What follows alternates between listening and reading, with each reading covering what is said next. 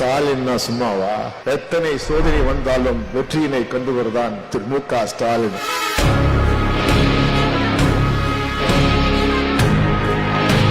தமிழ்நாடு தலைகுனியாது.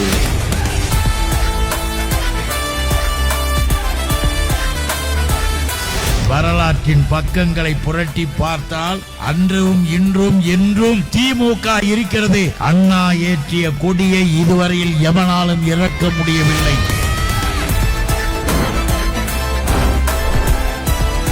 கருப்பும் சிவப்பும் தான் நிரந்தரம். உதய சூரியன் உதிப்பதை எந்த சக்தியாலும் தடுக்க முடியாது. படுகிற கஷ்டங்களை எல்லாம் தெரிந்த முதலமைச்சர் அண்ணன் தளபதி அவர்கள். கேட்டதையும் கேட்காது செய்து தாயுள்ளத்தோடு செய்த ஒரே முதல்வர் நம் தளபதி அவர்கள்.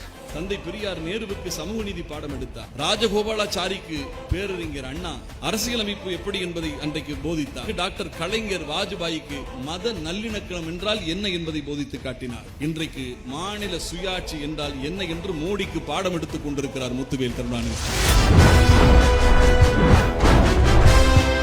இந்த திரை இரும்பு திரை, தொட்டு கூட பார்க்காதே, அசைக்க முடியாது. தேவை என்பதை நானே செலவழித்துக் கொள்ளக்கூடிய உரிமையை நான் பெற்றிருக்கிறேன் என்ற சுயமரியாதை என் அண்ணன் ஸ்டாலின் தருகிறார், என் அப்பா ஸ்டாலின் தருகிறார் என்று தாய்மார்கள் சொல்கிறதே, காதல வேண்டியா? திராவிட மாடல் அரசு என்று சொல்லுகிறார் என்று சொன்னால் கொள்கையையும் சித்தாந்தத்தையும் முன்னே வைத்துக் கொண்டு பின்னே நிற்கிற தலைவன் எங்கள் தலைவர்.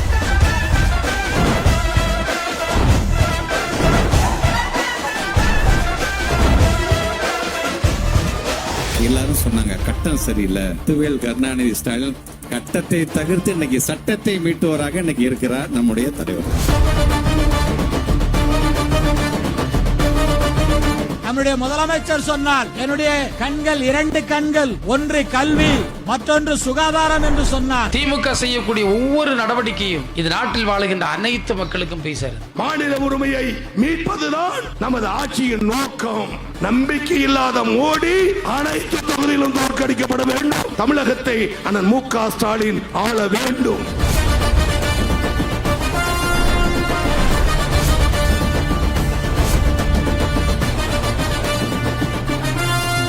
எல்லோருக்கும் எல்லாம் என்ற உன்னத நோக்கத்தோடு நம்முடைய முதலமைச்சர் மாண்புமிகு தளபதி அவர்கள் ஒவ்வொரு பகுதிகளுக்கும் பார்த்து பார்த்து திட்டங்களை செய்து வருகின்றார்கள். இனி எத்தனை ஆண்டுகள் ஆனாலும் சரி, ஒரு மதவெறி பிடித்த கும்பல் தமிழ்நாட்டில் எந்த காலகட்டத்திலும் ஆட்சி அமைக்க முடியாது என்பதுதான் நிரந்தரமான உண்மை என்பதை தெரிவிக்க விரும்புகிறேன்.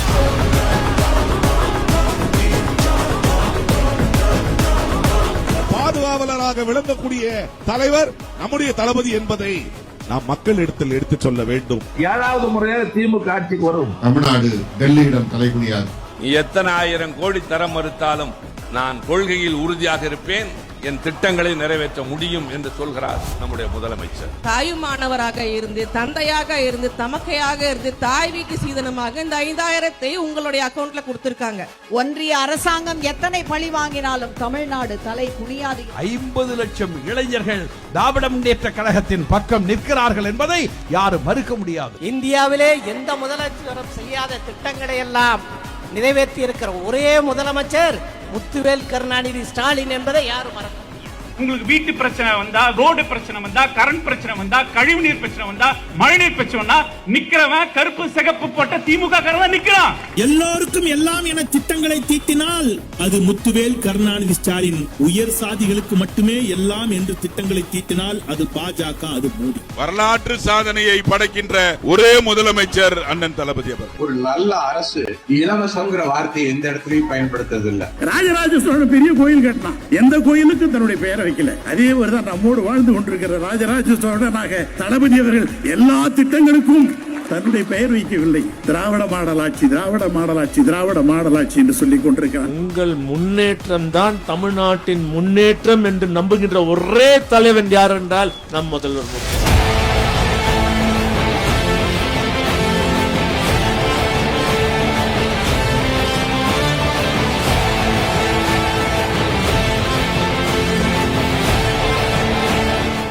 சமுதாயம் அறிவு சார்ந்த சமுதாயமாக மாறிட வேண்டும் என்பதற்காகத்தான் தமிழ்நாட்டுடைய முதலமைச்சர் பள்ளி கல்வியாக இருந்தாலும் அது உயர்கல்வியாக இருந்தாலும் ஒவ்வொன்றையும் பார்த்து பார்த்து செய்கிறோம். அந்த சமத்துவ சகோதரத்துவ கோட்பாட்டை உள்ளடக்கிய முழக்கம்தான் எல்லோருக்கும் எல்லாம் என்கின்ற முழக்கம். உண்ணக்குடிக்கு அன்னக்காவடி எடுத்தாலும் பிஜேபி கால் உண்ட முடியாது முடியாது முடியாது. மதுரை மாநகராட்சியில் ஒரு குழந்தைக்கு காலையில உணவு கொடுக்கறதுக்கு செலவாகிறது வெறும் 12 ரூபா 40 பைசா.